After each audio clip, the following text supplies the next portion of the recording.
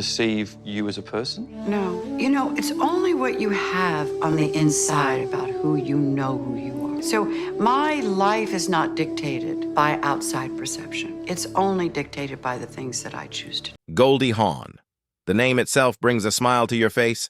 She's the bubbly, giggling icon who danced into our hearts on Laugh In and charmed her way through decades of beloved classics, from Private Benjamin to The First Wives Club.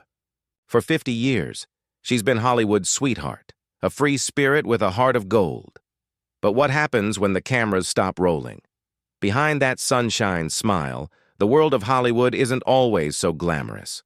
On-screen chemistry can be a brilliant illusion, masking off-screen tensions and bitter rivalries that have been kept under wraps for years.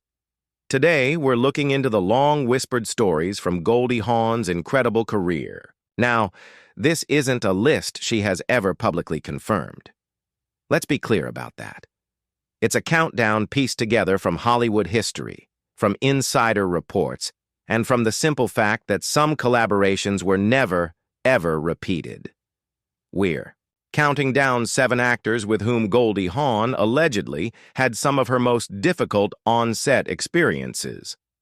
These are the stories of clashing egos and professional disrespect that have stayed behind the scenes, until now. And trust us, the story behind number 4 will change how you see this Hollywood legend forever. Let's get into it. Coming in at number 7 is the legendary Walter Matthau. The two were brought together for the 1969 screwball comedy Cactus Flower. This was a huge moment for Goldie. She was already an Emmy-winning TV star, but Cactus Flower was her first major film role. Imagine being the newcomer on a set with 2 titans, the radiant Ingrid Bergman and the famously cranky Walter Matthau. The film is a classic comedic mess of lies and love. Matthau plays a dentist who tells his much younger girlfriend, played by Goldie, that he's married to avoid committing. When he finally decides to propose, he has to produce a fake wife, roping his devoted nurse, played by Ingrid Bergman, into the scheme. For a young actress, it was a high-pressure situation, and according to reports from the time, the set wasn't exactly warm and fuzzy. Matthau was a star from another generation, known for his gruff, no-nonsense approach to acting. Goldie, on the other hand, was the embodiment of that new, free-spirited 60s energy. The rumored friction here wasn't about shouting matches. Instead, sources have described a pointed coolness. The story that has circulated for years is that Matthau was initially dismissive of his young co-star. He was a serious actor, and she was the giggling, sock-it-to-me girl from television. Rumors suggested he barely acknowledged her at first, treating her more like a prop than a peer. For any actress in her first big movie, that kind of cold shoulder from a legend could have been crushing, but you can't dull Goldie's shine. Her performance in Cactus Flower was a total revelation. She didn't just hold her own, she stole scenes with her charm and perfect comedic timing. Her performance was so dazzling that it earned her the Academy Award for Best Supporting Actress.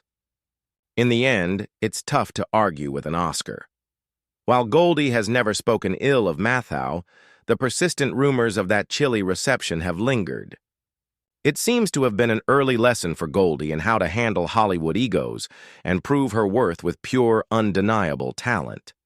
At number 6, we've got the man who was arguably the biggest movie star on the planet in the early 80s, Burt Reynolds. In 1982, they teamed up for the romantic comedy Best Friends, which should have been a guaranteed blockbuster. You had Reynolds with his signature swagger, and Hawn with her infectious charm. The movie was about a screenwriting couple who finally decide to get married, only to find that making it official threatens to ruin their perfect partnership. By this point, Goldie wasn't just an actress. She was a powerhouse. She had produced and starred in 1980's Private Benjamin, a massive hit that earned her a second Oscar nomination. She was a producer with real clout. However, the Hollywood rumor mill has long insisted that the dynamic on set was far from friendly. The alleged conflict was a quiet clash of professional styles. Reynolds was the undisputed king of the box office, known for a more relaxed, good-old-boy approach to his work. Goldie, fresh off her producing success, was known for being deeply invested and meticulous. This difference reportedly created a subtle power struggle. Insiders have described a professional coolness between the two stars. The bickering between their characters, meant to be funny, was said to mirror a real tension off-screen. Some critics at the time even picked up on it, noting that it was hard to believe the two as a deeply connected couple. Goldie, always a diplomat, has spoken respectfully of Reynolds, even sharing a kind tribute after his death. But the evidence that industry observers always point to is simple. They never worked together again. In an era when hit romantic comedy pairs were often reunited, the Hawn-Reynolds duo was a one-and-done. This has led many to believe the on-set friction was more than just a rumor, making it a challenging and unrepeatable experience. Sliding into our number 5 spot is another comedy icon, the wild and crazy guy himself, Steve Martin. When Goldie Hawn and Steve Martin were cast in the 1992 comedy House Sitter, it sounded like a dream pairing. Martin, the master of witty and physical comedy, with Hawn, the queen of spontaneous charm. The plot was perfect for them. Martin plays an architect who, after being rejected, has a one-night stand with a waitress, Gwen, played by Hawn. He drunkenly tells her about his empty dream house, and the next thing you know, she's moved in and is posing as his wife, creating a hilarious web of lies. On screen, the chemistry is fantastic. They turned House Sitter into a beloved hit. But for decades, a persistent story has circulated about a creatively frustrating atmosphere behind the scenes. Again, this isn't a story of open hostility. By all accounts, they were professional, but rumors have long swirled about a fundamental clash of comedic philosophies. Steve Martin is famously meticulous. As a brilliant writer, he treats a script like scripture. His comedy is precisely structured, with every beat timed for maximum effect. Goldie, on the other hand, thrives on spontaneity. Her genius is in her ability to react in the moment and find unexpected humor through improvisation. According to insider accounts, this difference led to quiet friction. Martin allegedly found Hawn's desire to improvise undisciplined, while she reportedly found his rigid approach to be creatively stifling. Rehearsals were said to be tense, with Martin wanting to lock down every word, and Hawn wanting to use the script as a jumping-off point. Their immense talent ensured none of this alleged tension made it to the screen. They're both masters, and they delivered a film that fans adore. But the enduring rumors suggest the process was a constant negotiation between two very different styles. For Goldie, an actress who values creative freedom, a work environment, rumored to be so controlled, was likely a challenge she wasn't eager to repeat. We are about to reveal our number 4, and this is the one you've been waiting for. The story behind this conflict is more personal, more public, and more painful than any other on this list. It's a side of Goldie Hawn's life that redefined her family. But before we get to that shocking story, if you're enjoying this look behind the Hollywood curtain, make sure to hit that like button and subscribe. Don't forget to ring that notification bell so you never miss a new video. Your support helps us keep bringing you these stories. Okay, are you ready? The drama is about to get real. The actor at our number 4 spot represents a conflict that goes way beyond a movie set. This one is deeply personal, a story of love, heartbreak, and a painful public fallout that has lasted for decades. We are talking about Goldie Hawn's second husband and the father of her children Oliver and Kate, musician and actor Bill Hudson. Goldie met Bill of the Hudson Brothers on a flight in 1975. Their romance was a whirlwind. They married in 1976 and soon welcomed their son, Oliver, and daughter, Kate. To the world, they looked like the perfect golden couple. But the fairy tale fell apart. They separated in 1980, and what followed was a bitter and very public feud, mostly fueled by Hudson's own accounts. While Goldie has almost always taken the high road and stayed silent, Bill Hudson has repeatedly shared his side of the story. In his 2011 tell-all book, Hudson made several shocking claims. He alleged that Goldie had wanted an open marriage. More painfully, he has spent years claiming that Goldie turned their children against him after their divorce and after she began her relationship with Kurt Russell in 1983. The family's pain exploded publicly on Father's Day in 2015.